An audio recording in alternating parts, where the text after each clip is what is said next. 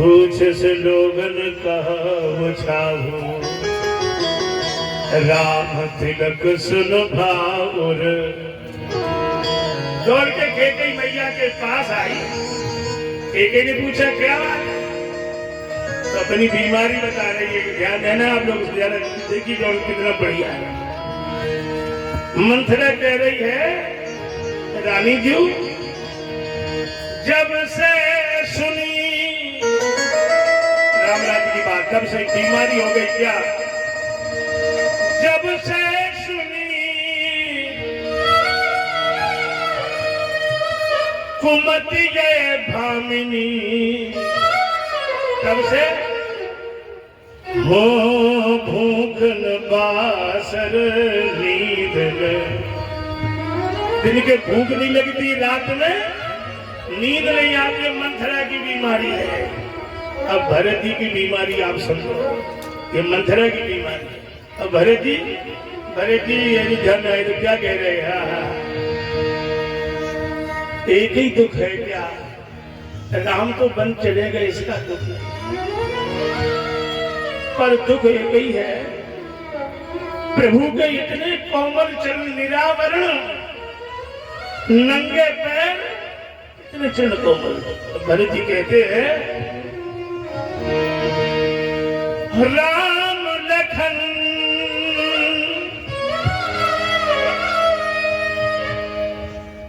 बिनु पद बनहि, बन बनो फिरत देख बन बनहि। नंगे पैर राम लखन सीता नंगे पैर बन बन में घुल रहे हैं, डोल रहे नंगे पैर। तो भरत जी कहते हैं यही दुख दुसह। देखिए भरत जी की बीमारी, यही दुख दुसह चले सोई छाती, अब भूख न बासर नींद न।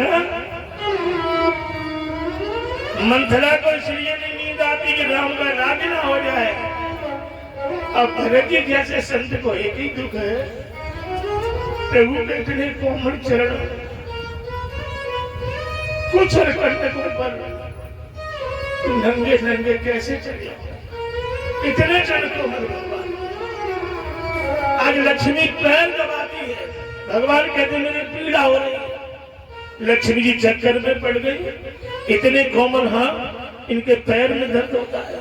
और जब असुरों से युद्ध करते हैं तो असुर इनके खोपड़ी में गदा मारे, मुक्का मारे, तब इनको दर्द नहीं होता।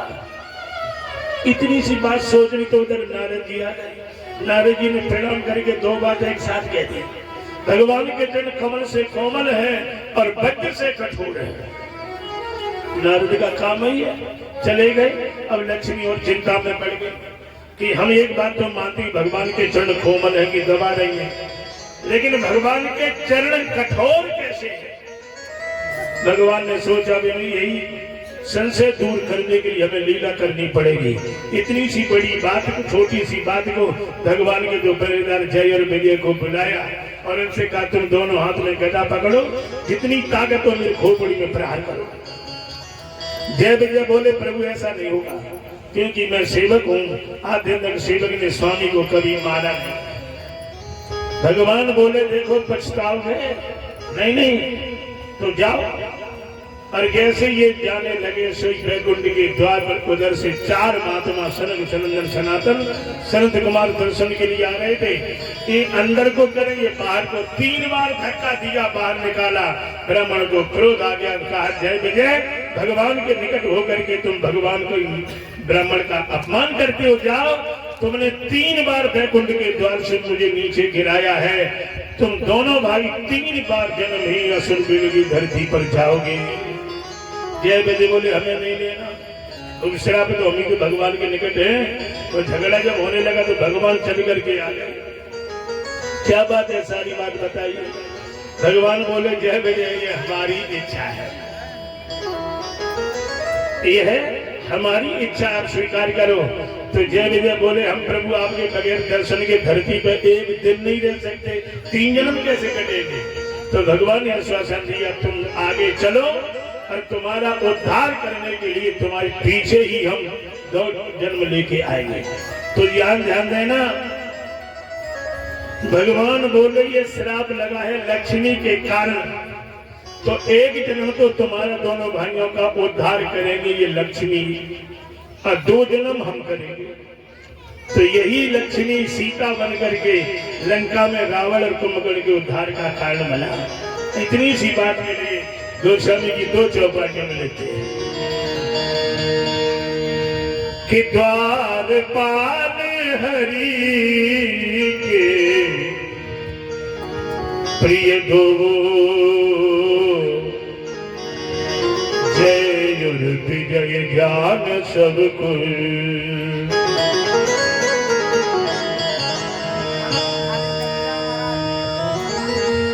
विप्र श्राप तेरे दोनों भाई,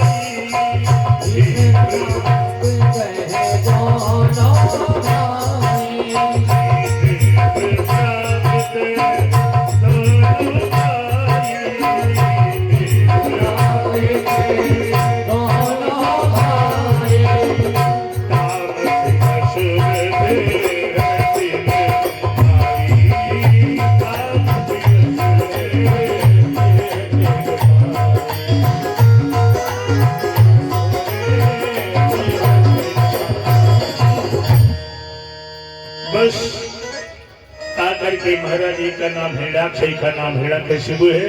हिरण्याक्ष हिरण्यकशिपु दोनों ने अगर तपस्या की और महाराज हिरण्याक्ष आया, उसने पृथ्वी की चटाई बगल में दबा के ले गया, रसातल में रख दी। अब कुछ कथाएं तो फायरिंग करती है, कथा कुछ है और उसका भाव कुछ और है। जोर जोर से ना चिल्लाओ।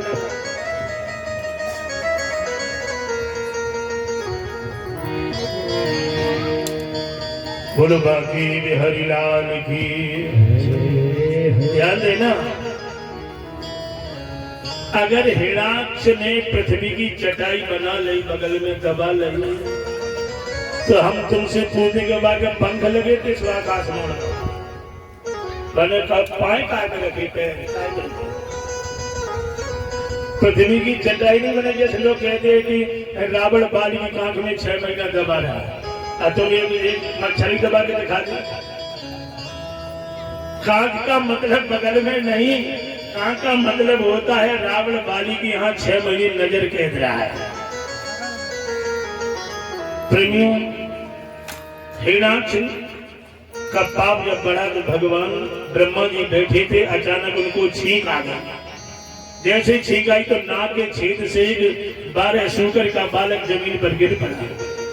पहले तो छोटा ही था, थोड़ी देर में क्या देखा, पद्म खेन धरायाम तो सिर से जगाम बालिका, अपने पैर के नाखून से पृथ्वी को खोदता है और सिर आकाश को छूता है, हुंकार भरता, इतना बड़ा विशाल बन गया और रसातल में गया। जहां पृथ्वी की गंध थी उसे उखाड़ के भगवान डाल पर रख के जब चलने लगे तो हिरण्याक्ष गदा लेके पीछे दौड़ पड़ा और कहा, अरे मूर्ख, मेरी धरोहर को लेकर के चोर की तरह जा रहा है, पहले काम कर, हमसे युद्ध करो फिर ले जाना।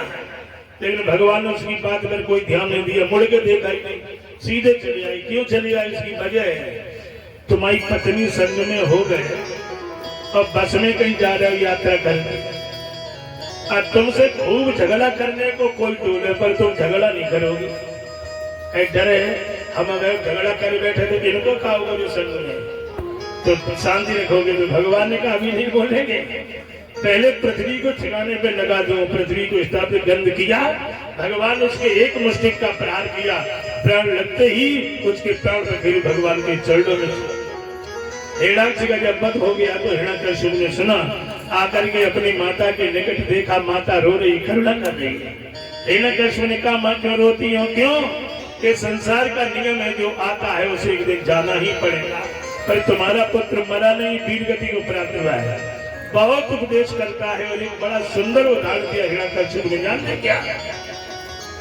हिरण्यकशिपु बोला, मां, एक दिन एक कोई पहेलिया कंधे पर धनुष बाण और जाल लेकर के शिकार करने गया, जंगल में एक झाड़ी की आड़ में दो पक्षी बैठे थे, नर्मदा कुलंग नाम के।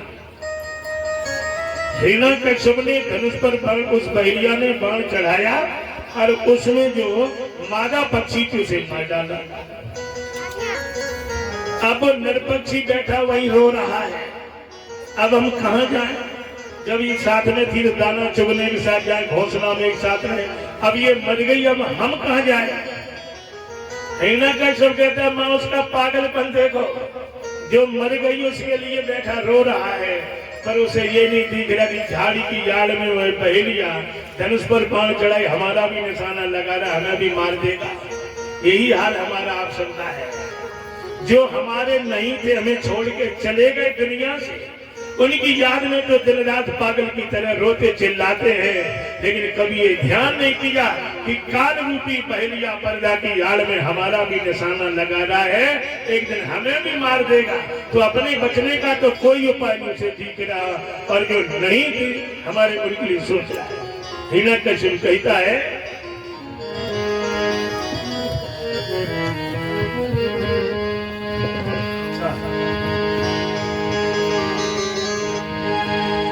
कि भजले हरि को बंदे,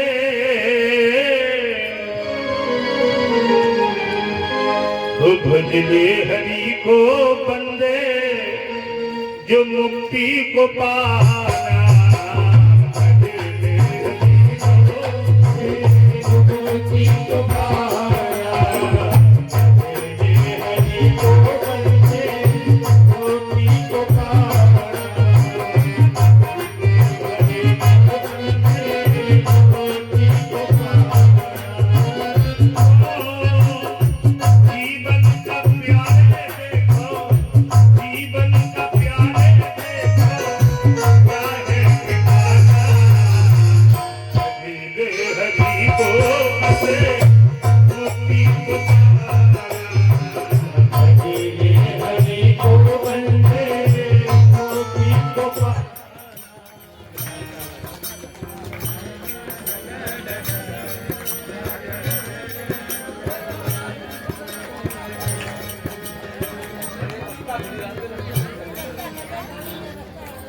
यार टेंट जो माग माग सब फैल है दिमाग।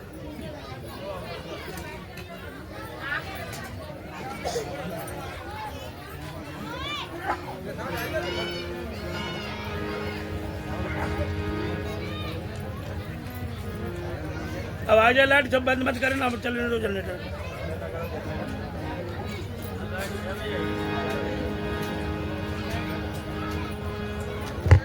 Hello hello.